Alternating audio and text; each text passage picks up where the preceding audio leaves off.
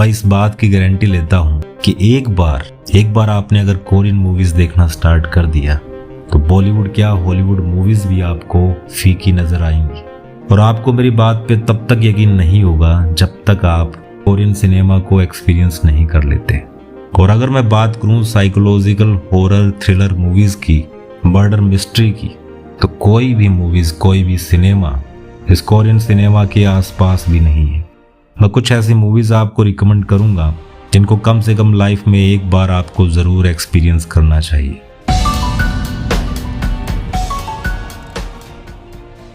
अगर पहले नंबर पे मैं किसी मूवी को रिकमेंड रखना चाहूँ तो वो मूवी होगी ओल्ड बॉय। 2003 में आई कोरियन सिनेमा की ओल्ड बॉय उन बेहतरीन फिल्मों में से एक है जिन्हें आप मिस कर रहे हैं।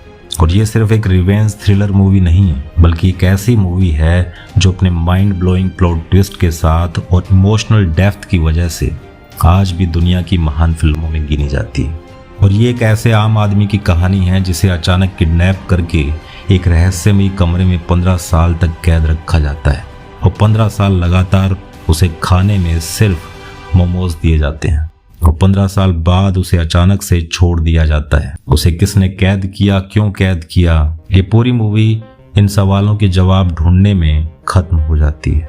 मूवी तो खत्म हो जाती है लेकिन आपके दिमाग में एक ऐसा एटमॉस्फेयर छोड़ के जाती है जिसका असर कम से कम 1 महीना रहने वाला है। अगली मूवी है 2003 में आई मेमोरीज ऑफ मर्डर। अगर आपको 7, जोडियक और ट्रू डिटेक्टिव जैसी मिस्ट्री मूवीज पसंद है तो यह फिल्म आपकी वॉच लिस्ट में सबसे ऊपर होनी चाहिए। 1980 के दशक में साउथ कोरिया में जो सीरियल किलिंग हुई थी उन घटनाओं से ये प्रेरित मूवी है। एक छोटे से गांव में महिलाओं की रहस्यमयी हत्याएं शुरू हो जाती हैं। 2 डिटेक्टिव्स हैं जो इस केस को सुलझाने की कोशिश करते हैं, लेकिन हर नया सुराग उन्हें और ज़्यादा उलझा देता है। और इस फिल्म की सबसे बड़ी ताकत यह है कि यह फिल्म केवल कातिल कौन है इस पर आधारित मूवी नहीं है, बल्कि ये दिखाती है कि लंबे समय तक अनसुलझे अपराध जांच अधिकारियों और समाज पर क्या असर डालते हैं। अगली मूवी है पैरासाइट। ये फिल्म एक खस्ता हालत परिवार की है जो अपनी जिंदगी बसर करने के लिए एक रईस फैमिली के घर के बेसमेंट में रहना शुरू कर देते हैं और इसकी एंडिंग झकझोर देने वाली है। अगली मूवी है 2016 की द वेलिंग। एक सुपर नेचुरल साइकोलॉजिकल थ्रिलर है। एक छोटे से कोरियन गांव की कहानी है जहां अचानक लोग अजीब व्यवहार करने लगते हैं। कुछ लोग अपने परिवार पर हमला कर देते हैं और रहस्यमयी तरीके से मौतें होने लगती हैं। और गांव में अफवाह फैलती है कि एक रहस्यमयी जापानी व्यक्ति के आने के बाद यह सब शुरू हुआ है।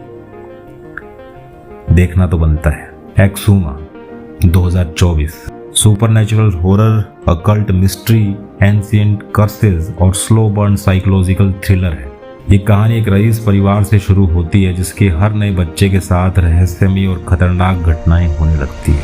इस रहस्य को सुलझाने के लिए एक शमन, एक फेंगशू एक्सपर्ट, एक फ्यूनरल डायरेक्टर और एक ओकल्ट स्पेशलिस्ट को बुलाया जाता है। और जांच के दौरान उन्हें पता चलता है कि समस्या एक पुरानी कब्र से जुड़ी हुई है। और आखिरी फिल्म जो मैं आपको रिकमेंड करूंगा वो है 2008 की आई द चेजर। एक क्राइम थ्रिलर, सीरियल किलर और edge of the seat suspense वाली मूवी है। ये कहानी जुंग हो नाम के एक शख्स की है जो पहले पुलिस डिपार्टमेंट में था और अब एक छोटा मोटा दलाल पिंप बन चुका है। और जो लड़कियां वो सप्लाई करता है वो अचानक गायब हो जाती है और वो खुद ही इस केस को सुलझाने की कोशिश करता है। और आखिर में उसे पता लगता है कि ये केस एक सीरियल किलर का है। तो ये कुछ मूवीज थी जो कोरियन सिनेमा की मास्टरपीस है और लाइफ में एक बार, कम से कम एक बार आपको इन मूवीज को एक्सपीरियंस करना चाहिए। और जो मूवीज मैंने आपको रिकमेंड किए गिनाई हैं उनमें से ज़्यादातर मूवीज का बॉलीवुड रीमेक बन चुका है। मैं कहूँगा सस्ता रीमेक बन चुका है, वो इन मूवीज के आसपास भी नहीं। कौन कौन सी मूवीज के रीमेक अपने बॉलीवुड में बन चुके हैं आप कमेंट करके मुझे बता सकते हैं। फिर मुलाकात होगी, तब तक के लिए गुड बाय।